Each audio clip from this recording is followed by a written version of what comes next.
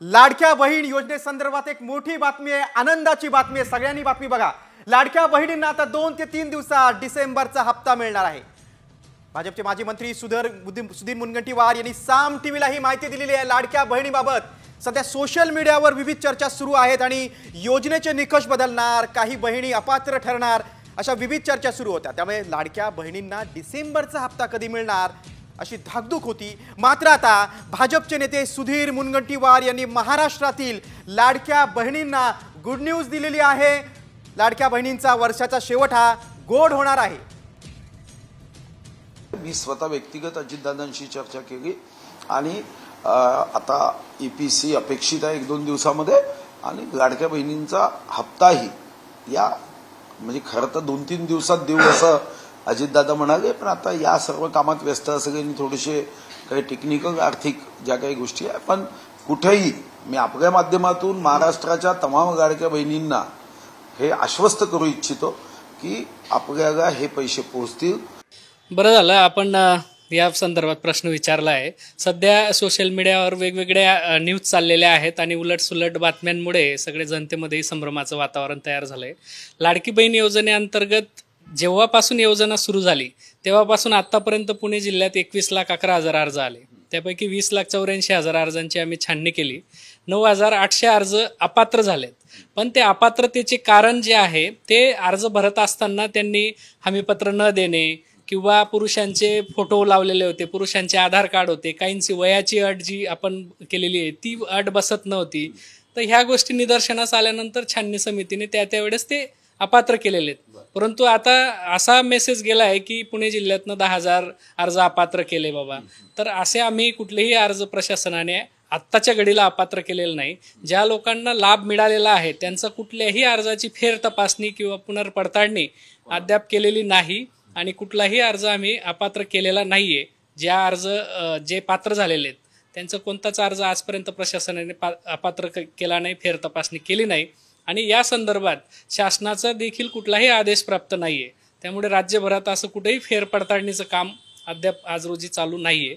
जे पूर्वीचे अर्ज होते, आचारसंहिता लागण्यापूर्वी आमचं काम शिल्लक होतं की ज्यांनी अर्ज भरलेत पण आम्ही छाननी केली नाही, तर ती अशी अर्ज पुणे जिल्ह्यात 59,000 होती आणि त्या अर्जांवर आम्ही छाननी प्रक्रिया पुढे कंटिन्यू केली आणि आमचे त्यातले आता 12,000 अर्ज जे राहिलेले होते ते उद्या संध्याकाळपर्यंत आमचं 100% काम पूर्ण होणार आहे।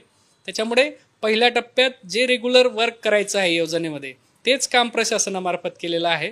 परंतु जे समाज माध्यमांमध्ये बातम्या फिरल्या की ज्या लाडक्या बहिणी पात्र होत्या, ज्यांना लाभ मिळाला, त्यांचा देखील आता लाभ शासन काढून घेत आहे का किंवा त्यांची पुनर्पडताळणीमध्ये त्यांना अपात्र करतायत का, तर असं कुठल्याही स्वरूपाचं काम प्रशासन पातळीवर सुरू झालेलं नाहीये। टेक्निकल 10,000 अर्ज आहेत ते टेक्निकल ह्याच्यामुळे रद्द झाले। हा, जे 10,000 अर्ज आहेत त्यात बेसिक रिझन आहे आणि पहिल्याच टप्प्यात त्यांनी अर्ज सादर केल्यानंतर छाननी करत असतानाच ते पडताळणीमध्ये अपात्र ठरलेत। उदाहरणार्थ एखाद्या महिलेचं वय 65 पेक्षा जास्त असेल तर ती त्या योजनेत बसत नाही, किंवा एखाद्या महिलेला इतर योजनेचा लाभ मिळत असेल, श्रावण बाळ योजना असेल, तर त्या महिलेचा अर्ज हा तपासणीमध्ये अपात्र ठरतो। तर ही अशी अर्ज 21 लाखच्या छाननीमध्ये ही सुमारे 10,000 अर्ज अपात्र ठरलेली आहे। आता कोणीही नवीन लाभार्थी विचारणा करत नाहीये की आमचा अर्ज भरायचा राहिला आहे किंवा आम्हाला अर्ज भरायचा आहे, अशी कुठलीही विचारणा सामान्य जनतेतून होत नाही। नियमावली बदलली किंवा असं काय आहे का किंवा काय त्याचा एक बरेच लोकांच्या मनामध्ये गोंधळ आहे? हा, तर असं कुठलीही शासनाने नियमावली बदललेली नाही।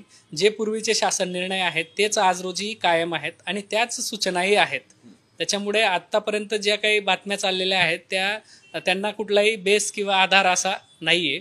तर आम्ही आपल्या माध्यमातून सर्वांना सांगू इच्छितो की शासनाने जे पूर्वीचे शासन निर्णय घेतलेले आहेत त्यानुसारच कार्यवाही चालू आहे आणि यापुढे शासनाचा कुठलाही आदेश प्राप्त झालेला नाहीये।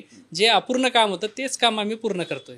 खरं तर तुम्ही काल एक पत्र पण काढलं, त्याच्यानंतर काय पत्र होतं, त्यामध्ये काय तुम्ही आवाहन केलं? हा, ते पत्र आम्ही आमच्या अधिकाऱ्यांमार्फत, अंगणवाडी सेविकांमार्फत गावागावापर्यंत लोकांमध्ये हे कळावं की असं कुठलाही प्रकार शासनामार्फत सुरू नाहीये, पुनर्पडताळणी झाली, तुमचं अपात्र केलंय, तर ह्यामुळे जी पॅनिक सिच्युएशन क्रिएट होते तर ती होऊ नये म्हणून आम्ही सगळ्यांना आवाहन केलं की अंगणवाडी सेविकांमार्फत सगळ्यांनी होम व्हिजिटद्वारे सगळ्यांना सांगावं की असं कुठलंही शासनाचे आदेश नाही आहेत. आतापर्यंत किती लाडक्या बहिणींना पैसे पोहोचले, किती महिन्याचे वगैरे? आम्ही जे पात्र करून शासनाला पाठवलेले आहेत त्यातले फक्त 69,000 अर्ज त्यावेळेस जो हप्ता आपण दुसरा तिसरा हप्ता ज्यावेळेस टाकला त्यावेळेस तेवढ्या अर्जांचं आधार सीडिंग राहिलेलं होतं. त्यामुळे तेवढे सोडले तर बाकी सगळ्यांना त्यांचे हप्ते मिळालेले किती आहेत. महिन्याचे? त्यांचे सुरुवातीच्या कालावधीतले जे 3-4 महिन्यापर्यंतचे जे होते, जुलै, ऑगस्ट, सप्टेंबर, ऑक्टोबर आणि नोव्हेंबर पर्यंतचे हप्ते आहेत. सर आता डिसेंबरच्या हप्त्याचं काय? तर आता पुढचे हप्ते जे आहेत ते इमिजिएट डिसिजन झाला की शासनामार्फत ते शासन स्तरावरच मंत्रालय पातळीवरनं ते हप्ते वर्ग केले जातील. त्याची काय प्रोसेस सुरू आहे? हां, त्याची प्रोसेस आहे. त्याला शासनाकडे बजेट उपलब्ध आहे आणि त्यानुसार ते त्यांची प्रोसेस कंप्लीट झाली की ते हप्ते वर्ग होतील. आणि दुसरी एक क्लॅरिटी देऊ इच्छितो की काही ठिकाणावरून असेही फोन येतात की 2100 रुपये आम्हाला मिळाले, आमच्या अकाउंटला हप्ता वर्ग झाला आहे, बाकीच्यांचे नाही झाले. तर असं शासनामार्फत 2100 रुपये अद्यापपर्यंत कोणालाही दिलेलं नाही. असाही शासनाने अद्याप निर्णय घेतलेला नाहीये. तो ज्या वेळेस निर्णय घेतला जाईल तेव्हापासून त्याचा शासन निर्णय येईल आणि ऑर्डर्स प्राप्त होतील, मग 2100 रुपये त्यांच्या खात्यावर वर्ग होतील. लाडक्या बहिणी डिसेंबरची वाट पाहतायत, कधीपर्यंत त्यांना मिळतील असं काय आहे? अंदाज आहे की जानेवारी अखेरपर्यंत यांचं डिसेंबर जानेवारीचे हप्ते मिळतील त्यांना.